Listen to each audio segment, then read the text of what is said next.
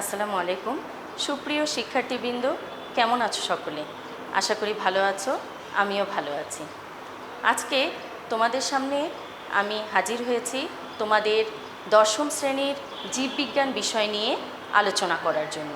এখানে তোমাদের পাঠ্যপুস্তকের অন্তর্গত দ্বাদশ অধ্যায়, যার নাম জীবের বংশগতি ও বিবর্তন। যে কোনো অধ্যায় পড়ার আগে অধ্যায়ের নামটা প্রথমে বুঝতে হবে, তাহলে ভিতরের বিষয়গুলো অনেকটা ইজি হয়ে আসবে। তোমাদের অধ্যায়ের নাম কি? জীবের বংশগতি ও বিবর্তন। জীব বলতে উদ্ভিদ প্রাণী দুটোই বোঝায়, তাহলে উদ্ভিদ ও প্রাণীর বংশগতি। তুমি, আমি, আমরা সকলে অন্য প্রাণী উদ্ভিদ একটা থেকেই কি সৃষ্টি? না, এর আগেও আমাদের বংশ যে ধারক তারা ছিলেন, যেমন তোমার দাদা, আমার দাদা, তারও দাদা, এরকম করে আমাদের পর্যন্ত এসে আমাদের নেক্সট জেনারেশনও আসবে। এই যে বৈশিষ্ট্য পিতামাতা থেকে সন্তানে আসতেই থাকে, এটার নাম হলো বংশগতি। ইংলিশে বলা হয় হেরিডিটি। ঠিক আছে, হেরিডিটি। তো বংশগতির ক্ষেত্রে যে পদ্ধতিটা, এখানে দেখা যায় যে তুমি বা আমি বা যে কোনো প্রাণীর সন্তান বা একটা গাছের চারা হোক, আম গাছের, প্রথমে উদ্ভিদের কথায় আসি, আম গাছের চারা দেখতে আমের মতোই, আম গাছের মতোই, তাই না? সেখান থেকে আবার আমই হবে, তাহলে আমের গাছ থেকে আম গাছই হইল, আমের গাছের মতোই দেখতে হলো, মাতৃগাছের মতো, এটা একটা বৈশিষ্ট্য চলে আসলো। আবার তুমি, আমি, আমরা দেখতে হয়তো মার মতো, বাবার মতো, হাঁটা চলাফেরা হয়তো দাদার মতো, মামার মতো, এই যে মতো মতো ওইটার মতো দেখতে একটা নতুন উদ্ভিদ বা প্রাণীর জন্ম হলো, সেটা দেখতে তার পূর্ব মাতৃ বা পিতৃর ন্যায়, এই যে মতো কথাটা, এইটাই হচ্ছে বংশগতি, মানে বংশের ধারা অনুযায়ী বৈশিষ্ট্য পিতামাতা থেকে সন্তানে আসা। বংশের ধারা অনুযায়ী পিতামাতা থেকে সন্তানে বৈশিষ্ট্য চলে আসাটার নামই বংশগতি বা হেরিডিটি। আর এই বংশগতি নিয়ে যে পাঠ্যপুস্তকে আলোচনা করা হয় তার নাম কি? বংশগতি বিদ্যা। আচ্ছা, তো বংশ পরস্পর তোমরা পাঠ্যপুস্তক হলো তোমাদের দ্বাদশ অধ্যায় 254 পৃষ্ঠায়। এখন দেখো, বংশগতি যে বৈশিষ্ট্যগুলো বংশগতি পদ্ধতিতে চলে আসে, এক্ষেত্রে শরীরের ভিতরে, দেহের ভিতরে, সেটা উদ্ভিদ হোক প্রাণীর হোক, সেই দেহের ভিতরে কিছু মানে পদার্থ বা উপাদান বা বস্তু থাকে যেগুলো ওই বৈশিষ্ট্য নিয়ে আসতে সাহায্য করে। হ্যাঁ, সেই পদার্থগুলো কোথায় থাকে? বৈশিষ্ট্যের পদার্থগুলো কোষের ভিতরে। কোষের ভিতরে তোমরা জানো, একটা মানব শিশু কোষ বিভাজনের মাধ্যমে বা যে কোনো প্রাণী উদ্ভিদ কোষ বিভাজনের মাধ্যমে সৃষ্টি হয়। কি সৃষ্টি হয়? জাইগোট। শুক্রাণু ডিম্বাণুর মিলনের মাধ্যমে জাইগোট সৃষ্টি হয়। জাইগোট হচ্ছে ভ্রূণের প্রথম কোষ। জাইগোটটা কিসে পরিণত হয়? ভ্রূণে। তাহলে ওখানে একটা কোষ কাজ করে, ওই কোষটা মাতৃ আর পিতৃ থেকে দুটো মিলিত হয়ে একটা বিশেষ বৈশিষ্ট্য তৈরি করে, যেন দেখতে ওই মাতৃ বা গুণের সমবয়সী হয়। তাহলে দেখো, এখানে কোষের মধ্যে নিউক্লিয়াস, তোমরা কোষ বিভাজন ক্লাস 8-এ পড়েছো বা তোমাদের ক্লাস 10-এও আছে, এসএসসিতেও। নিউক্লিয়াস বইতে চিত্র 12.01। নিউক্লিয়াসের চিত্র এখানে দেখো, আমিও এঁকেছি একটা নিউক্লিয়াসের চিত্র। নিউক্লিয়াসের ভিতরে যে ক্রোমাটিন তন্তু, কোষ বিভাজনের প্রথম অবস্থায় প্রোফেজ ধাপ, প্রোফেজ ধাপে শুরুতে ক্রোমাটিন যে তন্তুগুলো, এগুলো ক্রোমোজোমে পরিণত হয়, তাই না? ক্রোমাটিন তন্তু এই যে নিউক্লিওপ্লাজমে থাকে সুতার মতো পেঁচানো। তো প্রথমে ক্রোমোজোম সৃষ্টি করে, এই যে ক্রোমোজোম, এখানে ক্রোমাটিন তন্তুগুলো ক্রোমোজোমের ভিতরে পেঁচানো অবস্থায় আছে। তাহলে ক্রোমোজোম জিনিসটা কি? ক্রোমোজোমই বৈশিষ্ট্য ধারণ করে। কিসের মাধ্যমে? এই ক্রোমাটিন তন্তুতে। ক্রোমোজোম কি? ক্রোমোজোম হচ্ছে বংশগতির ধারক। ঠিক আছে, ক্রোমোজোম পিতা থেকে এক সেট আসে, মাতা থেকে এক সেট আসে। যেমন টয়েসেন পড়েছো, ডিপ্লয়েড, সেটা হ্যাপ্লয়েড হয় আবার ডিপ্লয়েড হয়। তো এখানে ক্রোমোজোমে দুই সেট, একটা পিতা থেকে আসে, একটা মাতা থেকে আসে। তোমাদের বইতে আছে, বিজ্ঞানী স্ট্রাসবুর্গার 1875 খ্রিস্টাব্দে সর্বপ্রথম ক্রোমোজোম আবিষ্কার করেন। দুই সেট ক্রোমোজোম, ডিপ্লয়েড, টয়েসেন, এটা টয়েসেন। ঠিক আছে, দুইটা ক্রোমোজোম পিতা একটা থেকে মাতা থেকে এসে মিলিত হয় এদের সংখ্যা 2 থেকে 1600 পর্যন্ত। তোমরা পয়েন্টগুলো সাল কোনটা কি অবশ্যই মার্কস করে পড়বে, আর সংখ্যাগুলো পড়বে। একটি ক্রোমোজোম দৈর্ঘ্যে 3.5 থেকে 30 মাইক্রন, 3.5 থেকে 30 মাইক্রন পর্যন্ত হয়। আর প্রস্থে মানে বেরের দিকে তোমার 0.2 থেকে 2 মাইক্রন পর্যন্ত হয়ে থাকে। 1 মাইক্রন সমান 1/1000 মিলিমিটার। এটা বইতে আছে, এগুলো অবজেক্টিভের জন্য পড়বে। ক্রোমোজোমের কাজ কি? ক্রোমোজোমের কাজ হচ্ছে বৈশিষ্ট্য ধারণ করা, অর্থাৎ পিতা মাতা দেখতে কেমন সেটা সন্তান সন্ততিতে ওই রকমই প্রায় নিয়ে আসবে। অনেক সময় আবার মা বাবার মতো না হয়ে অন্য ভাই বোনের মতো হয়, খালা মামার মতো হয়, তো ওটাও বংশের ধারা অনুযায়ী চলে আসে। ওটা একটু ব্যতিক্রম, তবে বেশিরভাগই মা বাবার মতো হয়। তো এখানে দেখো, এখানে বলছে ব্যাপারটা হচ্ছে যে ক্রোমোজোমের ভিতরে এমন কিছু জিনিস আছে বা পদার্থ আছে যেগুলোই বংশের ধারা বা বৈশিষ্ট্য ধারণ করে। সেটা কি কি পদার্থ, কি কি বস্তু বা উপাদান, সেগুলো যেগুলো বৈশিষ্ট্য ধারণ করে। এখানে দেখো একটা ক্রোমোজোম সৃষ্টি হয়েছে ক্রোমাটিন তন্তু থেকে, যেটা টয়েসেন ডিপ্লয়েড।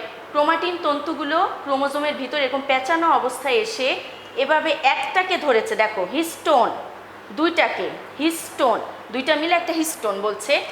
এটা নিউক্লিওপ্লাজমের মধ্যে অবস্থান করে।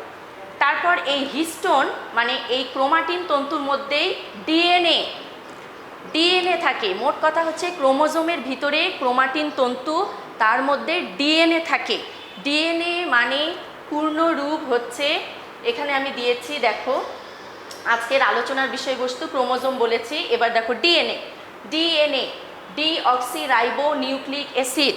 বায়োলজিতে অবশ্যই একটি একটি করে শব্দ আলাদাভাবে পাঠ করে পড়বে। একবারে যদি ডিঅক্সিরাইবোনিক তাহলে ভুল হবে। Deoxyribo nucleic acid DNA. তোমরা ইচ্ছে করলে ইংলিশটাও লিখতে পারো, তবে শর্ত হচ্ছে বানান সঠিক লিখতে হবে। তারপর এখানে ডিএনএ দেখো, আরেকটা আছে আজকের আলোচনার বিষয়বস্তু RNA ribo nucleic acid. Part করে পড়বে, একটা একটা করে শব্দ, বাসায় বানানগুলো লিখবে, ইংলিশটা আরও বি কেয়ারফুলি লিখবে। আচ্ছা যা হোক, আমরা এখন আলোচনা করছি ডিএনএ নিয়ে, পরে আরএনএতে যাব। দেখো ডিএনএ তাহলে কি হলো, ক্রোমোজোমের ভিতরে ক্রোমাটিন তন্তু আছে, তার মধ্যেই হিস্টোন পদার্থ, তার ভিতরেই আছে ডিএনএ বৈশিষ্ট্য ধারণ করে। আবার ডিএনএর ভিতরে জিন আছে। জিন মানে কি আবার সেই জিন ভূত না, এটা হচ্ছে কোষের ডিএনএর মধ্যে জিন যেটা বৈশিষ্ট্য ধারণ করে। তা যাই হোক, আমরা ডিএনএ পড়ছি, এটা হচ্ছে সেই ডিএনএ। এখন ডিএনএর ভিতরে কি কি জিনিস আছে, ক্রোমোজোমের কথা বললাম, ক্রোমোজোমের ভিতরে ডিএনএ আছে। এখন ডিএনএর মধ্যে কিছু জিনিস আছে, বস্তু আছে, উপাদান আছে, যেগুলো বৈশিষ্ট্য ধারণ করতে সাহায্য করে। এখানে ডিএনএ হেলিক্স কেন বললো, দেখো এই ডিএনএটা আবার এই যে বড় করে আমি এখানে দেখিয়েছি, দেখো তোমাদের পাঠ্যপুস্তকেও চিত্র দেয়া আছে, পৃষ্ঠা তোমার 257। এই ডিএনএটা এই ডাবল হেলিক্স দেখতে পাচ্ছ, দুটো এক সেট। আমি বলেছি ডিএনএ ক্রোমোজোমে ডিএনএ ডাবল হেলিক্স, ক্রোমোজোম দুটি এক সেট, কিন্তু ডিএনএ তার ভিতরে কয়টা, পেঁচানো অবস্থায় সূত্রাকার অবস্থায় থাকে। এখানে ডিএনএ দেখো বইতে আছে 2 সূত্র বিশিষ্ট পলিনিউক্লিওটাইড, 2টা সূত্র পলিনিউক্লিওটাইড। পলি বলতে একাধিক, অনেকগুলো, নিউক্লিওটাইড কেন বললো, এই ডিএনএর ভিতরে এগুলো কি জিনিস, এখানে কি থাকে, এই জিনিসগুলো থাকে। এখানে দেখো ডিএনএর মধ্যে এই যে মাঝখানে দেখতে পাচ্ছ, এগুলো হচ্ছে ডিএনএতে তোমার 3টি উপাদান থাকে, ঠিক আছে, 3টি উপাদান থাকে, 5 কার্বনযুক্ত শর্করা, নাইট্রোজেন বেস এবং অজৈব ফসফেট। এই ডিএনএর ভিতরে দেখো এই সূত্র দুটিতে কি কি আছে। এই সূত্রের মধ্যে দেখো অজৈব ফসফেট 5, এটা ফসফেট, এটা কিন্তু ফসফেট পি, এগুলো 5 কার্বনযুক্ত শর্করা, দেখো 1 2 3 4 5, 5টা কার্বনযুক্ত শর্করা, সুগার। 5 কার্বনযুক্ত শর্করার সাথে ফসফেট একটা লাগানো থাকে, তার সাথে আছে এই দুটো এটিসিজি, এগুলো কি নাইট্রোজেন বেস, 4 রকমের নাইট্রোজেন বেস থাকে। এই যে দেখো আমি লিখেছি নাইট্রোজেন বেস 4টি, adenine, guanine, thymine, cytosine. English নামগুলো বাংলায় বলা আছে, বানানগুলো হুবহু লেখার চেষ্টা করবে। এখানে এডিনিন এ, জি, গুয়ানিন টি, থাইমিন সি, সাইটোসিন। এই দুটোকে বলে, দেখো, এডিনিন আর গুয়ানিনকে বলে পিউরিন, সাইটোসিন আর থাইমিনকে বলে পাইরিমিডিন। বানানগুলো বি কেয়ারফুলি পড়বে, purine, pyrimidine, adenine, guanine, thymine, cytosine. এখন এই চারটা বেস, এই যে বেসগুলো, এই যে ভিতরে এই যে বেসগুলো, আর এই সূত্র দুটোতে কি থাকে, 5 কার্বনযুক্ত সুগার আর একটা অজৈব ফসফেট এই সূত্রে থাকে। আর মাঝখানে কি বেসগুলো, কয়টা বেস, 4টা বেস, এডিনিন, গুয়ানিন, পিউরিন আর থাইমিন, সাইটোসিন, পাইরিমিডিন। এখন এই যে এখানে একটা আরেকটার সাথে লেগে গেছে, দেখেছো, এই যে নাইট্রোজেন বেসগুলো একটা আরেকটার সাথে সংযুক্ত আছে, দেখতে পাচ্ছ। তো এই সংযোগের ক্ষেত্রে ঘটনাটা কি, একটা পিউরিন দুইটা, এডিনিন, গুয়ানিন, তার মধ্যে একটা যুক্ত হবে আরেকটা পাইরিমিডিনের সাথে, একটা পিউরিন যুক্ত হবে আরেকটা পাইরিমিডিনের সাথে। তাহলে পিউরিন যদি এ ধরো, পাইরিমিডিন আরেকটার সাথে যুক্ত হবে, এর সাথে অবশ্যই থাইমিন যুক্ত হবে, সাইটোসিন কিন্তু না। তাহলে কি হলো, একটা পিউরিনের সাথে আরেকটা পাইরিমিডিন, থাইমিন, এডিনিনের সাথে সর্বদাই থাইমিন, গুয়ানিনের সাথে সর্বদাই সাইটোসিন।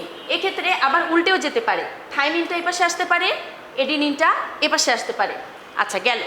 এখানে আরেকটা জিনিস খেয়াল করো, এডিনিন থাইমিনের সাথে দুটো বন্ড, গুয়ানিন আর সাইটোসিনের সাথে 3টি বন্ড। এটাই ব্যাপার, এডিনিন আর থাইমিনের সাথে দুটো হাইড্রোজেন বন্ড, দুটো, এই যে দেখো দুটো আমি করেছি।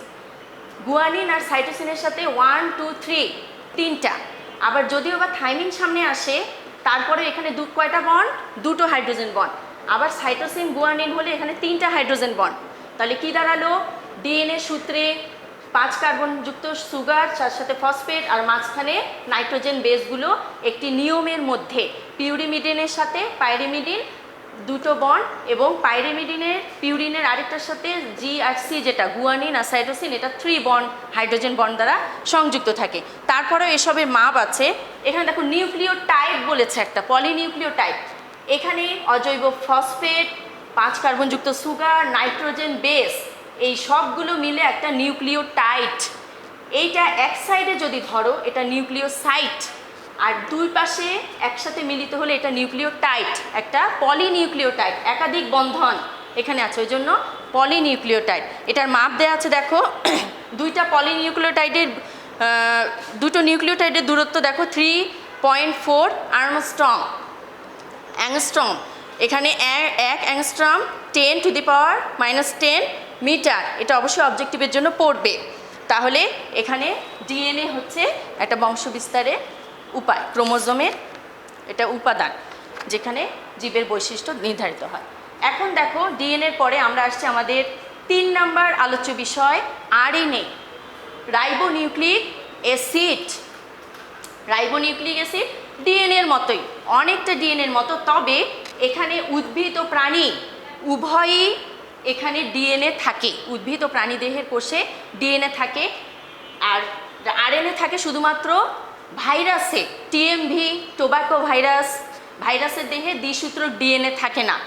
অন্য সব কিছুর মধ্যে ডিএনএ থাকে, শুধু ভাইরাস, তোমাদের বইতে আছে দেখো আরএনএ অংশে, পৃষ্ঠা নাম্বার 261, এখানে আরএনএ অংশে দেখো টিএমভি আর টোবাকো মোজাইক ভাইরাস, যেটা তামাকের, সেখানে কি বিদ্যমান কোষে, আরএনএ। ডিএনএ হচ্ছে 2 সূত্র, আরএনএ একটাই সূত্র, দেখো পেঁচানো, এবং একটাই আরেকটার সাথে একটা সূত্রের মধ্যেই বেসগুলো সংযুক্ত, দেখতে পাচ্ছ, একটা সূত্রের মাঝেই বেসগুলো পেঁচিয়ে একটা আরেকটার সাথে সংযুক্ত। তবে এখানে আরেকটা পয়েন্ট আছে, এখানে পিউরিন যেখানে তোমার এডিনিন, পাইরিমিডিন, থাইমিনের সাথে যুক্ত হয়েছিল, এই সূত্রে থাইমিনের পরিবর্তে ইউরাসিল, এই যে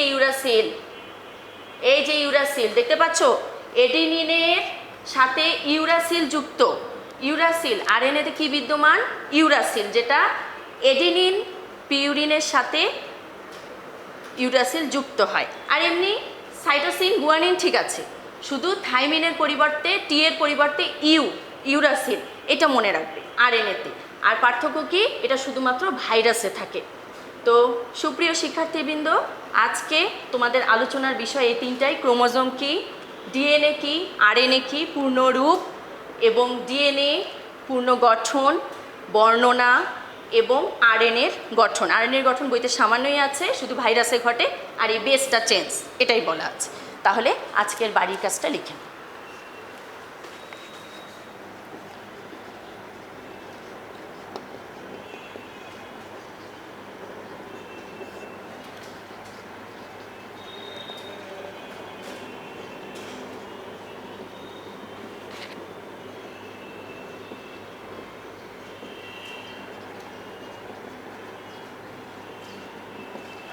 সুপ্রিয় শিক্ষার্থীবৃন্দ, এতক্ষণ আমরা আলোচনার বিষয়বস্তু যে ডিএনএ এবং আরএনএ পড়লাম, দুটোর মধ্যে কিন্তু অনেক পার্থক্য আছে, দেখেছো? এখন নিশ্চয়ই ডিএনএ এবং আরএনএর মধ্যে পার্থক্য তোমরা সহজেই নির্ণয় করতে পারবে। সুপ্রিয় শিক্ষার্থীবৃন্দ, আজ এই ছিল আমার উপস্থাপনা। আগামী ক্লাসে আবার দেখা হবে। সেই পর্যন্ত সবাই ভালো থাকো, সুস্থ থাকো, ঘরে থাকো এবং নিরাপদে থাকো। আল্লাহ হাফেজ।